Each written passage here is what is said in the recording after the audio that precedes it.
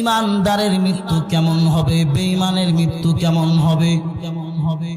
আল্লাহ বলেন ওয়ান্নাসিয়াতি গরকা, সজোরে ডুব দিয়ে জান চাপ দিয়ে বের করনেওয়ালা ফেরেশতা। মুফাসসিরিনে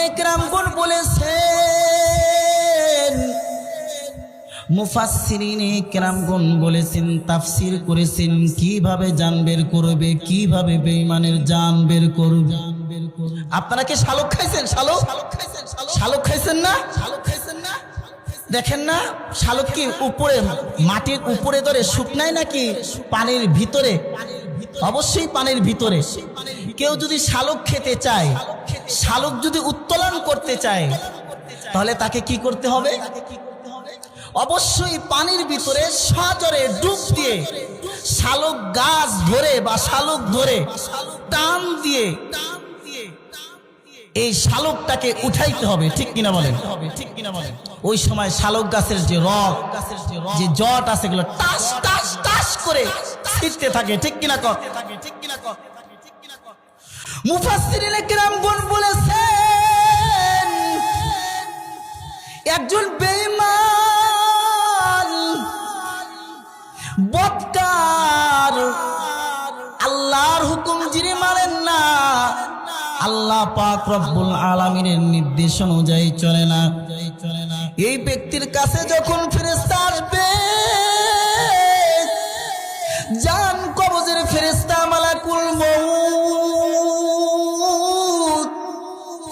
মালাকুল মউত বড় ভয়ঙ্কর অবস্থায় আসবে।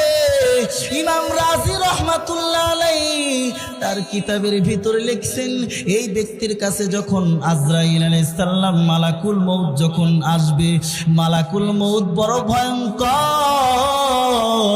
বড় ভয়ঙ্কর অবস্থায় মালাকুল মউত এই ব্যক্তির কাছে আসবে। মালাকুল মউত যখন আসবে,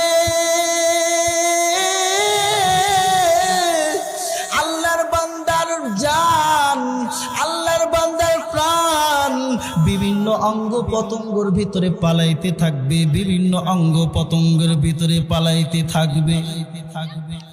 500 জন ফেরেশতা ওই আল্লাহর বান্দাকে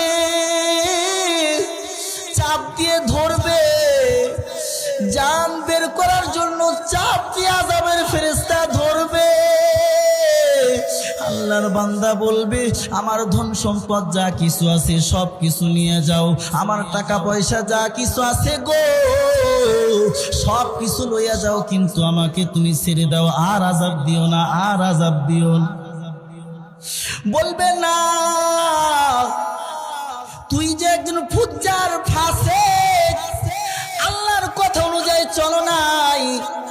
আজকে অলিপুর হাফিজিয়া মাদ্রাসার মাহফিল, অনেকে এখনো ইন্টারনেটের ভিতরে, ফেসবুকের ভিতরে, বিভিন্ন জায়গায় গুনাহের ভিতরে লিপ্ত আছে। এ মুসলমান,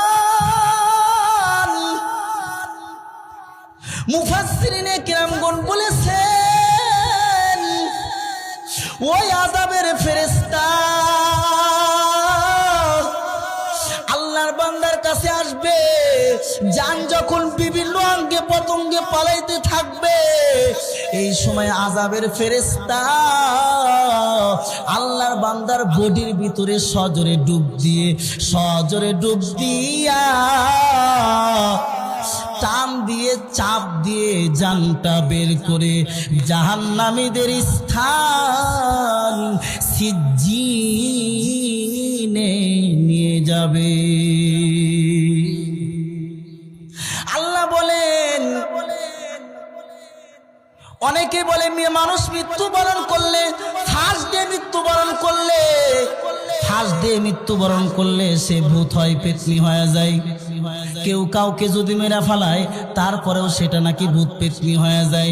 না না না, কোরআনে এমন কোনো দলিল নাই, এমন কোনো প্রমাণ নাই, বরং আল্লাহ পাক রব্বুল আলামিন কোরআনের ভিতরে বলেছেন, কাল্লা ইন্না কিতাবাল ফুজ্জারি লাফি সিজ্জিন। যদি ফুজ্জার ফাসিক হয়, বেঈমান হয়, তাহলে আল্লাহ পাক রব্বুল আলামিন তার প্রাণটা বের করিয়া ডাইরেক্ট জাহান্নামীদের রূহ যেখানে থাকে সিজ্জিনে নিয়ে যায়। নাউজুবিল্লাহ বলেন। মানুষ মৃত্যুবরণ করার পর হয়তো সিজ্জিনে যাবে, নয়তো ইল্লিনে যাবে, নয়তো সিজ্জিনে যাবে, নয়তো ইল্লিনে যাবে। কেউ ভূত হয় না, কেউ পেতনিও হয় না। হয়তো আল্লাহ তাকে আযাব দিবে, নয়তো তার আল্লাহ পাক রব্বুল আলামিন জান্নাতীদের স্থান ইল্লিনে নিয়ে যাবে। এটা হলো বেঈমানের আযাব। ইমানদারের আযাব কেমন হবে? এ ভাই, মনটার একটু বুঝান। আর কয়দিন দুনিয়ায় থাকবেন? আর কয়দিন দুনিয়ায় থাকবেন? হে মুসলমান, আমার মসজিদের সভাপতি, আমাদের সভাপতি কি নাম? আব্দুল হামিদ ভাই এখানে আসার পরে দেখলাম দুনিয়া থেকে চিরদিনের জন্য চলে গেল। মুসলমান আল্লাহর গোলাম, এই কিছুদিন পূর্বে আমাদের বুলবুল ভাই অন্ধকার কবরে চলে গেল। প্রত্যেক দিন পত্রিকায় লাশ, প্রত্যেক দিন দেখেন পত্রিকার ভিতরে অমুক মরছে, অমুক মরছে, কেউ অ্যাক্সিডেন্ট হয়ে মারা গেছে। এই যুবক, কেউ কাউকে হত্যা করছে, বিভিন্নভাবে যুবক যুবতীর লাশ। অন্তরটা একটু বুঝান, মনটা একটু বুঝান, কখন বানি কোন সময় অন্ধকার কবরে চলে যেতে হয়। সেদিন ওই ধান গড়া যুবক খাওয়া দাওয়া করে ঘুমাইছে, ঘুম থেকে স্ত্রী স্বামীকে যা বলে, স্বামী আমার ওঠেন, খানা উপস্থিত, খানা খান। যা দেখে স্বামী আর কথা বলে না। যুবক স্বামী দুনিয়ায় থেকে অন্ধকার কবরের পথের প্রতীক হয়ে গেছে। কবর পথের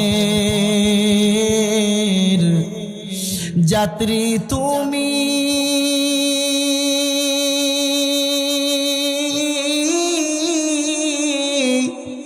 কয়দিন থাকবা দুনিয়া?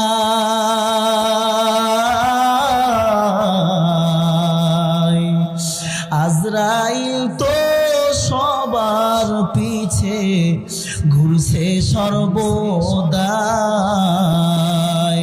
আজরাইল তো সবার পিছে ঘুরছে সর্বদাই। বলেন, আজরাইল তো আমার পিছে ঘুরছে সর্বদাই। আজরাইল তো আপনার পিছে ঘুরছে সর্বদাই। মালিক যখন হুকুম দিবে,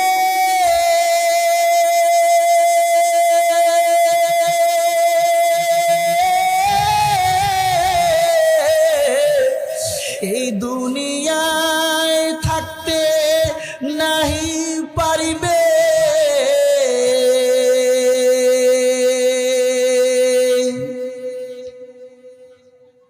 নীরব জায়গায় বসে তুমি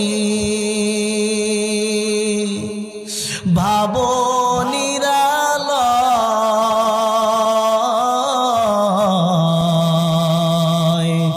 আজরাইল তো সবার পিছে ঘুরছে সর্বদাই।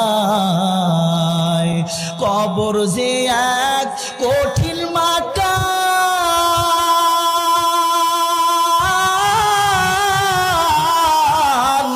পড়বে ধরা পাপী তামাম। ছলছাতুরি করার মতো, ধোঁকাবাজি করার মতো সে তো জায়গা নয়।